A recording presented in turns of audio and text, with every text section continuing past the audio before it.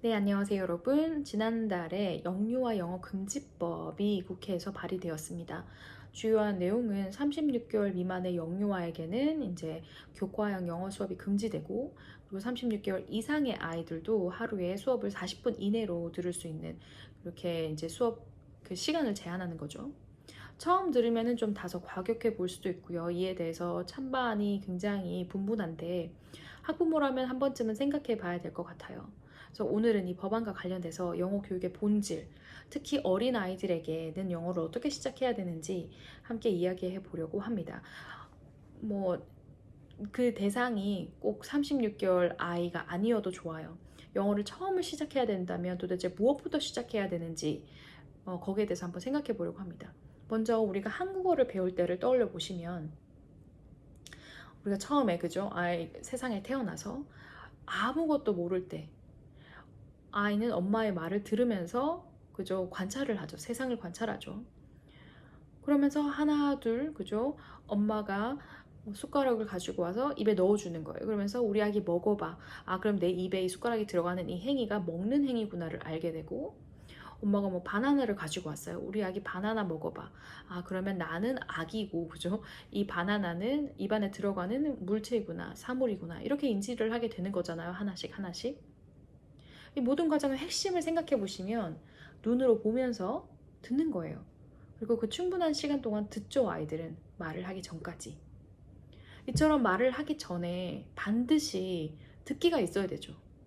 눈으로 보면서 시각적인 맥락 하에서 듣기가 이루어져야지 됩니다. 그 다음에 말이 나오는 거죠.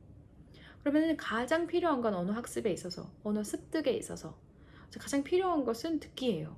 시각적 맥락에 있는 환경 하에서 듣기를 하는 것이 가장 중요합니다.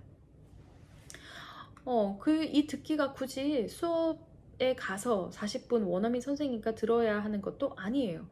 집에서 편안하게 저 부모님과 과일을 먹으면서 넷플릭스 한 편을 볼 수도 있는 것이에요. 그죠? 왜냐면 시각적 자료가 충분히 앞에서 주어지고 있으니까. 그게 설령 다른 언어라고 하더라도, 모국어와 다른 언어라고 하더라도. 그러니까 말하기 이전에 눈으로 보면서 듣기, 충분한 시간에 듣기가 선행되어야 됩니다.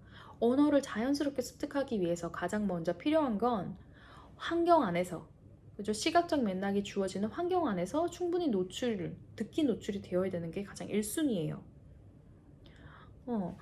듣기 경험이 부족한 아이들에게 제가 이제 가르치는 입장이니까 뭐 파닉스건, 그죠? 뭐 단순한 회화 문장이건 가르치는 건 너무나 힘들죠. 왜?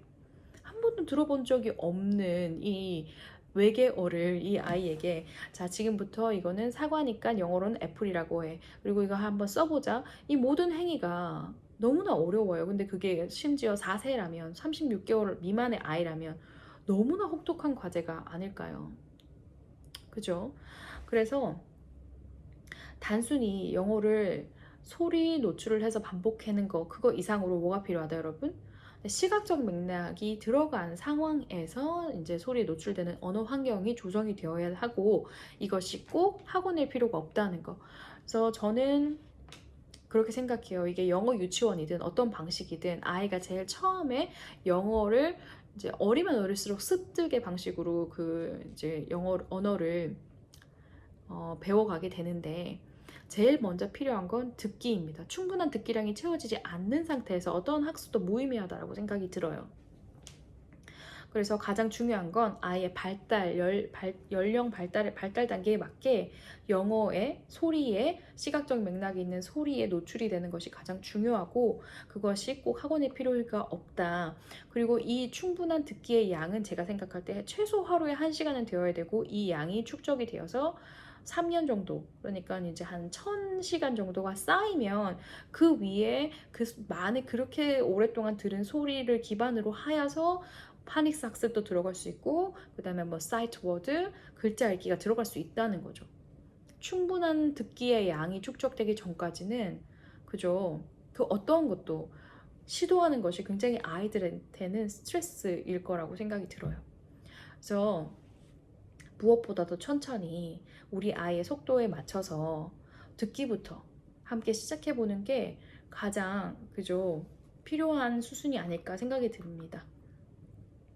그래서 영유아 영어 금지법에 대해서 의견이 굉장히 분분하지만 저는 어떤 맥락에서는 네, 필요하다고 봐요. 왜냐하면 우리 아이들에게 가장 필요한 게 학습, 그죠? 40분 내에 영어 교육 기관에 가서 수업을 듣는 게 지금 중요한 단계가 아니니까요. 그래서 여러분, 아이가 처음에 영어를 시작한다, 무엇부터 시작해야 될지 모르겠다고 생각하시면 아이가 좋아하는 영상부터 한번 찾아보시길 바라고, 아이가 굉장히 어려서 미디어 노출을 꺼려 하신다고 생각이 드시면 저 동요부터 틀어주시는 것도 추천을 드립니다. 어떤 형태든 아이가 영어를 이제 먼저 배우기 시작해야 된다.